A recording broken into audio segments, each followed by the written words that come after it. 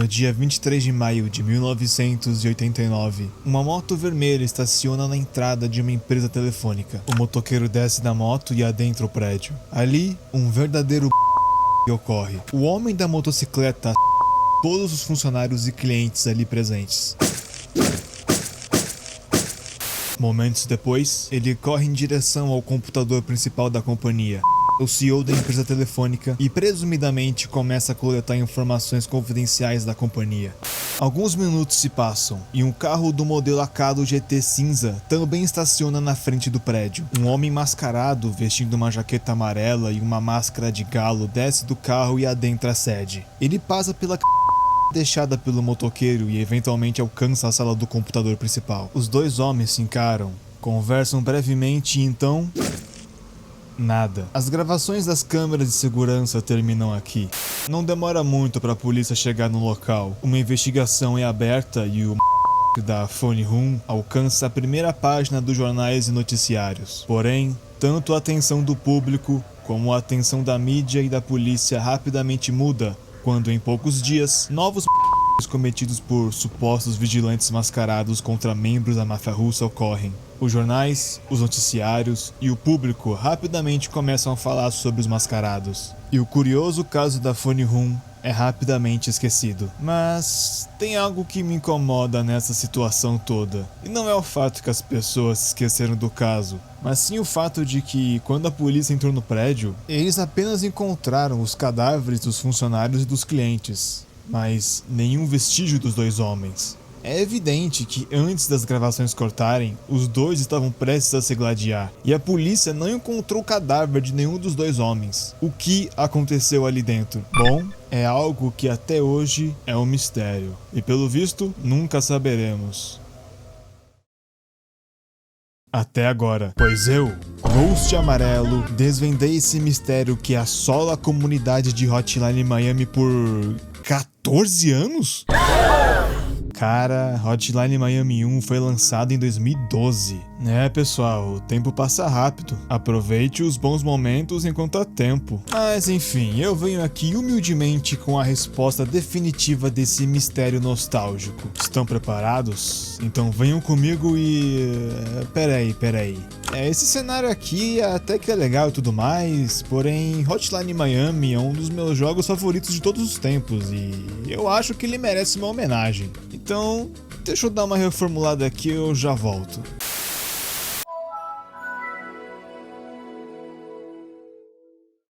Pronto. E aí, gostaram? Beleza, podemos dar seguimento.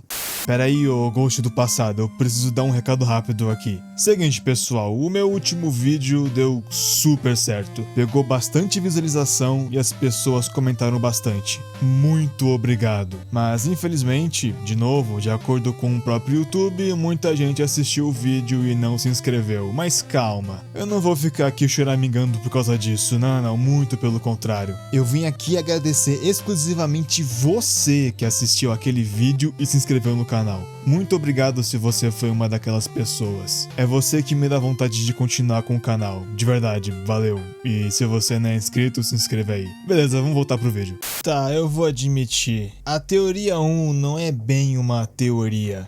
É mais uma recapitulação do que aconteceu. Pense nela como a conclusão que um jogador médio de Hotline Miami chegaria após presenciar os eventos do jogo, sem prestar muita atenção nos detalhes. Então vamos lá, o que aconteceu? Jacket recebe uma mensagem na sua secretária eletrônica, ordenando que ele vá para o endereço indicado e mate todos os russos ali presentes. Até aí nada demais. Entretanto, quando ele termina o seu serviço, um telefone presente no local da missão toca. Jacket atende e a voz do outro lado diz que tem alguém fazendo trotes para a companhia telefônica e que ele precisa lidar com um brincalhão. Chegando lá, ele encontra Biker fazendo alguma coisa no computador da empresa. Os dois se enfrentam e Jacket vence.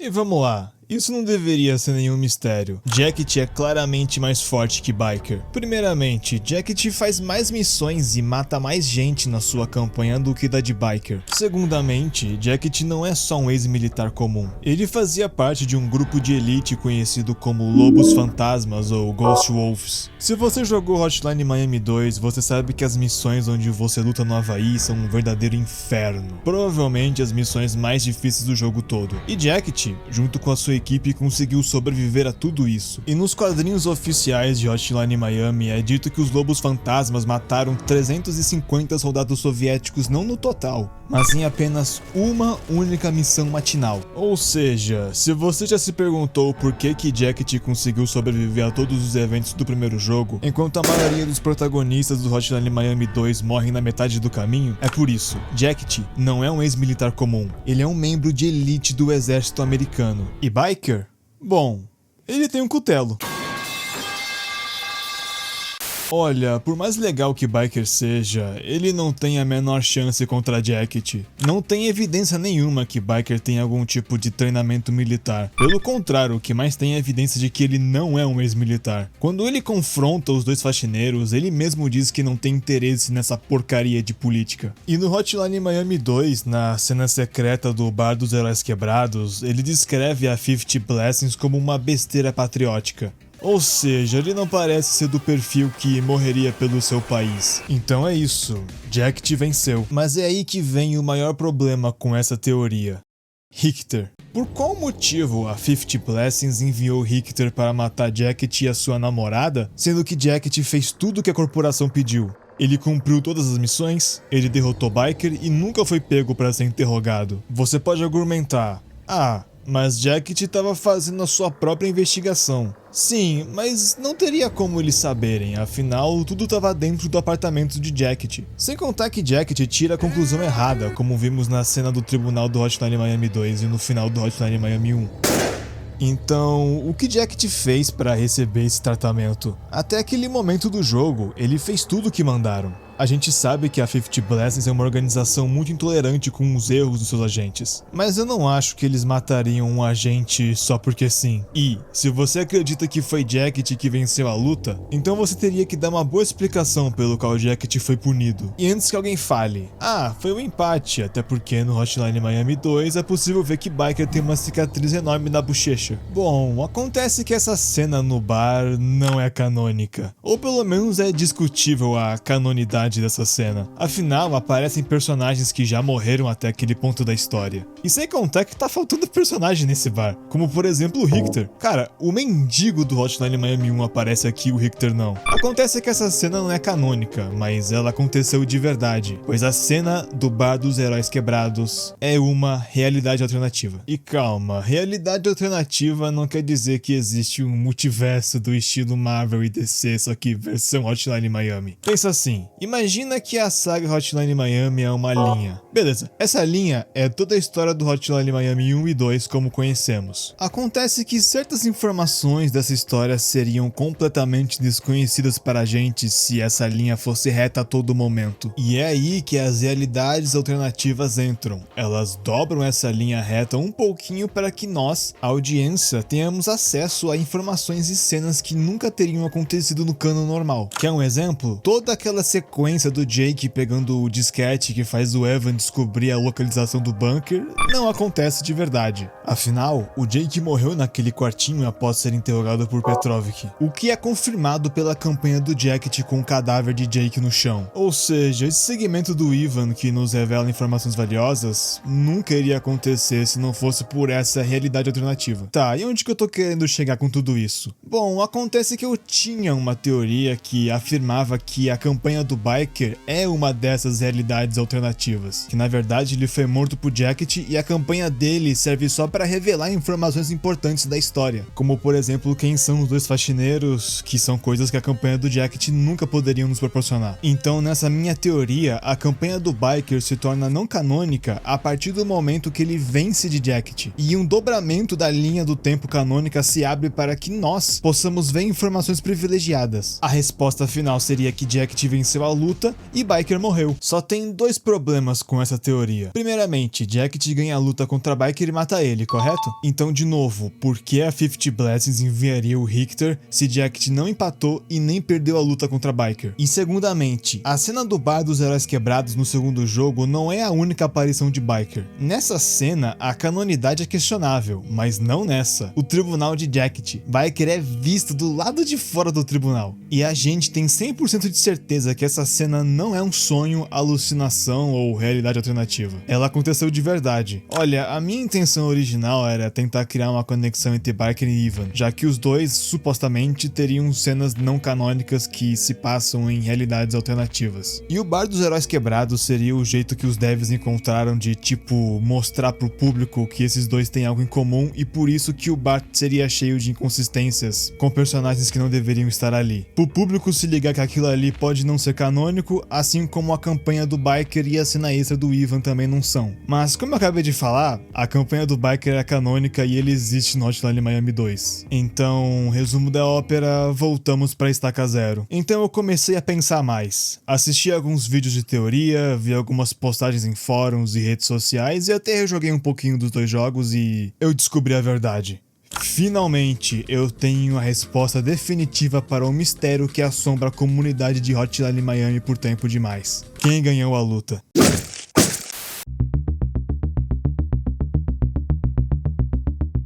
No dia 23 de maio de 1989, Jacket recebe uma mensagem codificada. Ei, aqui que tá falando é o Harry, da administração. Tamo com um problema. Tá uma bagunça enorme o prédio dos condomínios da rua 122 SE. Um cano de água de um dos moradores estourou e tá tudo encharcado. O prédio inteiro vai ficar inundado em breve. Espero que você possa resolver essa merda o mais rápido possível.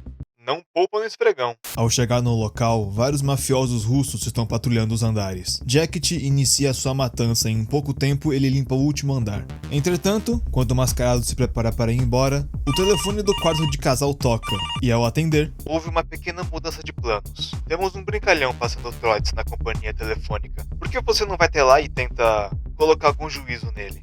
Você sabe o que eu quero dizer. Rua Norte, número 342. Vai agora mesmo. Pisa fundo. Ao chegar na companhia telefônica Phone Room, Jacket se depara com uma verdadeira carnificina. Cadáveres recém-mortos de funcionários e clientes estão por toda parte. Ele sobe para o segundo andar e segue a trilha de cadáveres que o leva para a sala do computador principal. Ali, ele encontra o cadáver de um homem bem vestido no chão, e um homem vestindo roupas de motoqueiro coloridas mexe freneticamente no computador. Não demora muito para o homem de capacete notar a presença de Jacket. Ele o alerta para sair dali, caso Jacket não queira morrer. Porém, o mascarado o ignora. Sem mais paciência, o motoqueiro avança e ataca Jacket. Assim, uma luta corpo a corpo entre os dois se inicia. E... Jacket está no chão. O motoqueiro misterioso conseguiu derrubá-lo. Depois de muito tempo, Jacket não é mais o caçador prestes a matar a presa. Ele é a presa. Biker se aproxima, diz que ele teve a sua chance e...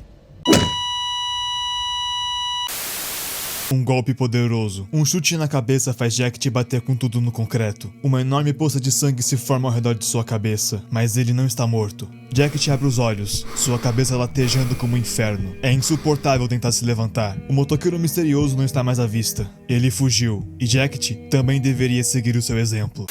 Sim, a segunda teoria afirma que Biker que venceu a luta. E antes de eu partir para as evidências, eu preciso esclarecer uma coisa. Eu disse anteriormente que era muito improvável que Biker tivesse ganhado de Jacket, pois Jacket possui treinamento militar, fazia parte de um grupo de elite, é um exército de um homem só e é capaz de matar centenas de homens sozinho. E Biker é só um motoqueiro do balacobaco. Mas sabe de algo que Biker tem e Jacket não? Uma pesquisa rápida no Google diz que a pode aumentar temporariamente a energia, resistência à dor e agressividade, o que indiretamente melhora a capacidade de luta em uma briga curta. Se nós analisarmos o apartamento de Biker durante toda a campanha, o apartamento está bem limpo e arrumado, mas convenientemente na missão Prank Call, antes do Biker ir ao prédio da Phone Room, dá uma olhada no apartamento do Biker. Olha aí, parece que o nosso amigo motoqueiro se divertiu com uma dama da noite junto com seu mano de camisa cinza. E olha o estado dessa mesa, tudo bagunçado. E opa, olha ali, nossa boa e velha amiga Coca. Pelo menos eu espero que isso aí seja Coca, pois pelo tipo de festa que o biker gosta, isso aí pode ser outra coisa em branco, hein? De qualquer forma, não é estranho que em todas as outras missões do biker, o apartamento dele tá limpo e arrumado, e na única missão onde ele vai enfrentar Jacket, os desenvolvedores deixaram subentendido que ele estava sob influência de substâncias? Eu não acho que isso seja aleatório.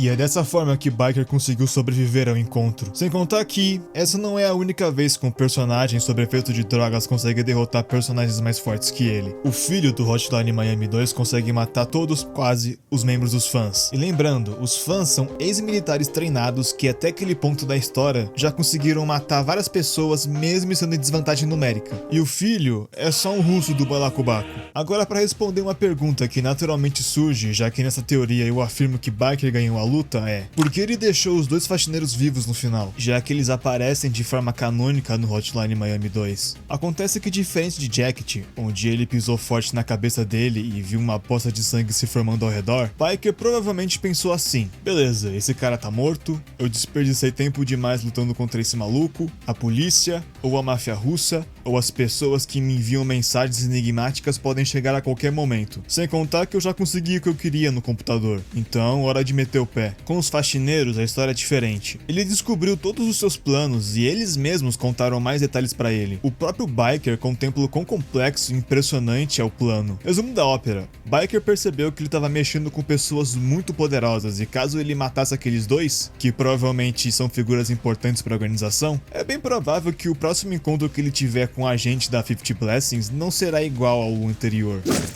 Então, ele os poupou, não por misericórdia, mas por sobrevivência. E pelo visto deu certo, já que ele continua vivo no Hotline Miami 2. Mas agora chega de falar do Biker, vamos falar do Jacket, pois eu vou precisar desenvolver ele melhor nessa teoria. Existem duas coisas que me incomodam muito na campanha do Jacket do Hotline Miami 1. A primeira é a bronca que Richard dá no Jacket após ele tomar um tiro do Richter e momentos antes dele acordar do coma. Nessa conversa, Richard fala algo interessante. Ele diz que Jacket nunca conseguirá descobrir toda a verdade, e isso é culpa dele. Ou seja, Jacket em algum momento teve a oportunidade de descobrir tudo, mas algo que ele mesmo fez o impede de entender tudo. E para isso, eu só tenho uma coisa a dizer: do que você tá falando, galo? Jacket fez a sua própria investigação e seguiu todas as ordens da 50 Blessings. O que ele fez de errado? Ele deveria ter parado de fazer missões? Mas se Jacket parasse de responder as ligações, haveria consequências horríveis pra ele e pras pessoas que ele ama. Sem contar que é graças a essas missões que Jacket consegue ter o mínimo pra começar a sua própria investigação. Então, mesmo que elas sejam arriscadas, é graças a essas missões que Jacket se aproxima da verdade. Poxa, Jake e Biker descobrem a verdade sobre a 50 Blessings durante as missões, por exemplo. E isso nos leva à segunda coisa que sempre me incomodou na campanha do Jacket. Se ele tomou um tiro no peito, por que ele tem uma faixa na cabeça? E por que a mecânica da missão de fugir do hospital é sobre quanto mais você se mexer, mais a sua cabeça dói, sendo que o ferimento foi no peito? A resposta é porque esse foi o erro de Jacket. Logo após perder a luta contra Biker, Jacket se levanta com cuidado sentindo muita dor de cabeça e alcança o seu carro. Ao chegar em casa, ele cuida minimamente do seu ferimento. Afinal, ele é um veterano de guerra da Guerra do Havaí, então ele deve saber o básico de primeiros socorros. Porém, ao invés de descansar e deixar que o seu ferimento se cure propriamente, ele imediatamente começa a fazer as missões o quanto antes, o que obviamente o deixa cansado. Don Juan, a mulher com máscara de cavalo num fundo azul que aparece nas alucinações de Jacket, diz algo muito interessante: você parece cansado. Talvez devesse descansar? Isso não é aleatório. Não é só uma frase que serve para demonstrar que ela é a personagem mais gentil daquela sala. É praticamente consenso que ela representa a namorada de Jacket. Ou seja, essa é uma frase que a própria namorada dele disse após Jacket perder a luta contra Biker. De qualquer forma, Jacket não escuta o conselho da sua namorada e continua fazendo as missões. É importante notar que o motivo pelo qual a 50 Bloods não puniu imediatamente o Jacket após ele fracassar na sua missão de matar Biker é que Jacket é muito bom no seu trabalho. Diferente dos demais agentes de campo da 50 Blessings, Jacket fazia parte de um esquadrão de elite, por isso ele era tão bom. Sem contar que Jacket literalmente alcança o objetivo final deles. mesmo depois dela ter tentado matar ele. Jacket mata os líderes da máfia russa, deixando essa facção praticamente sem poder no começo do Hotline Miami 2. Por isso, eles deixam Jacket e a namorada dele vivos e sem consequências. Por enquanto, pelo menos. A misericórdia da 50 Blessings acaba no momento em que Biker descobre a senha do computador e confronta os faxineiros. Pronto. Graças ao erro de Jacket, uma pessoa sabe de quase toda a verdade das operações da 50 Blessings. E por mais que o Mascarado seja um excelente agente, infelizmente ele precisa morrer. Afinal, é só por precaução. Após finalizar uma das suas missões, Jacket entra no seu carro e dirige até o seu apartamento. Chegando lá, ele encontra sua porta aberta, sua namorada morta no banheiro e um homem com máscara de rato sentado em seu sofá. Acho que todo mundo sabe o que acontece aqui, não é? Agora notem como Jacket recebe esse tiro. Richter atira nele e o protagonista cai no chão, provavelmente batendo a sua cabeça. E lembram daquele ferimento que Biker causou nele? Pois é. Ele reabre, e é por esse motivo que no hospital, Jacket tem faixas na cabeça e a mecânica de fuga é sobre sentir dor de cabeça. Pois esse ferimento que Jacket negligenciou é o que faz com que seus sonhos e memórias sejam tão estranhas e não confiáveis. E olha só o que acontece quando Jacket se aproxima do seu próprio corpo após conversar com Richard. A cabeça dele explode, exatamente como o Biker fez com ele após ganhar. Que é só um efeito legal do tipo, era tudo um coma, nossa, de explodir a cabeça. Não. É como se os devs estivessem tentando conectar Jacket com cabeças doloridas.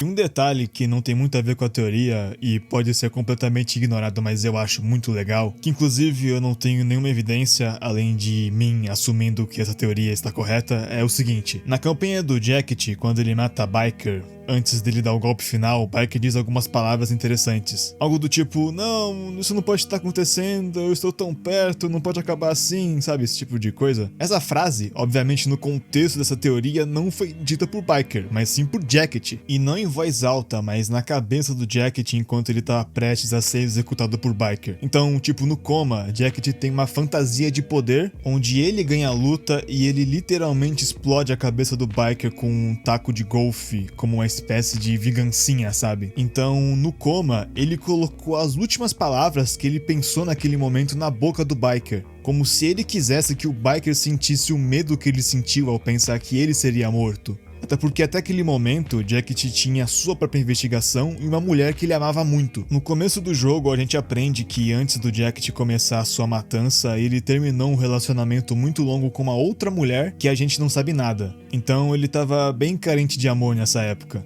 E o pensamento de morrer e não conseguir voltar pra casa e ver a sua mulher o deixou aterrorizado. Tanto que no começo do jogo, antes dele resgatar a namorada, o apartamento do Jacket tinha uma bagunça com sujeira e caixas de pizza espalhadas por tudo que é canto. E quando a namorada começa a viver no apartamento, claramente dá pra ver que ele fica menos bagunçado, pra vocês verem que essa mulher fazia muita diferença e melhorou bastante a saúde mental dele. Tá bom, eu admito que isso é mais um headcanon meu do que, sabe, teoria e evidência, mas vai, admite, é um detalhe bem legal, vai. E só mais um detalhe que eu acho legal antes de voltar pra teoria. É o que o Biker tava fazendo fora do tribunal no julgamento do Jacket. Obviamente não é porque ele sente dó do Jacket ou que ele ficou nostálgico com os velhos tempos ou algo do tipo. Não, ele tava lá fora pensando algo do tipo, peraí, eu não tinha matado esse cara não? Então, na verdade, ele tava calculando o quão alto seria o risco do Jacket ainda estar vivo. Tipo, o Jacket pode testemunhar contra ele? Ele vai querer ir atrás de vingança caso ele consiga sair dali? Enfim, essa é só uma cena que muda de sentido agora com o contexto da teoria. É isso, vamos continuar. Esse foi o erro de Jacket, a sua sede de sangue. Foi graças a isso que o ferimento na cabeça não pôde se recuperar totalmente, o que, quando ele reabriu, fez com que Jacket se esquecesse completamente de alguns detalhes super importantes. Por isso que essas memórias são tão corrompidas. No começo do jogo, Richard faz 4 perguntas para Jacket, e uma delas é a clássica: você gosta de machucar outras pessoas? A resposta é sim. Sim, Jacket gosta de machucar pessoas. Gosta tanto que o seu amor pela violência fez com que ele ignorasse o conselho da sua namorada e matasse o único cara disposto a dar respostas a ele.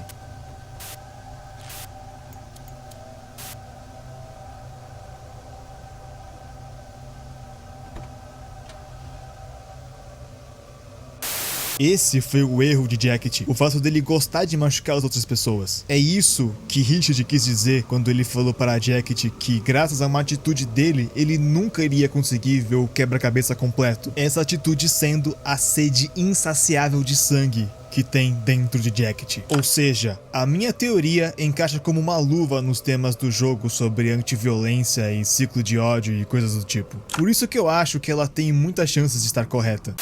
Mas enfim, o que você achou da minha teoria? Gostou, não gostou? Acredita, não acredita? Comente a sua opinião nos comentários. Só pra avisar, eu me inspirei nesses vídeos em alguns posts do Reddit que eu li pra criar minha própria teoria. De qualquer forma, se inscreva, deixa o like, comente, compartilha e hypa o vídeo. Muito obrigado por ter me ouvido.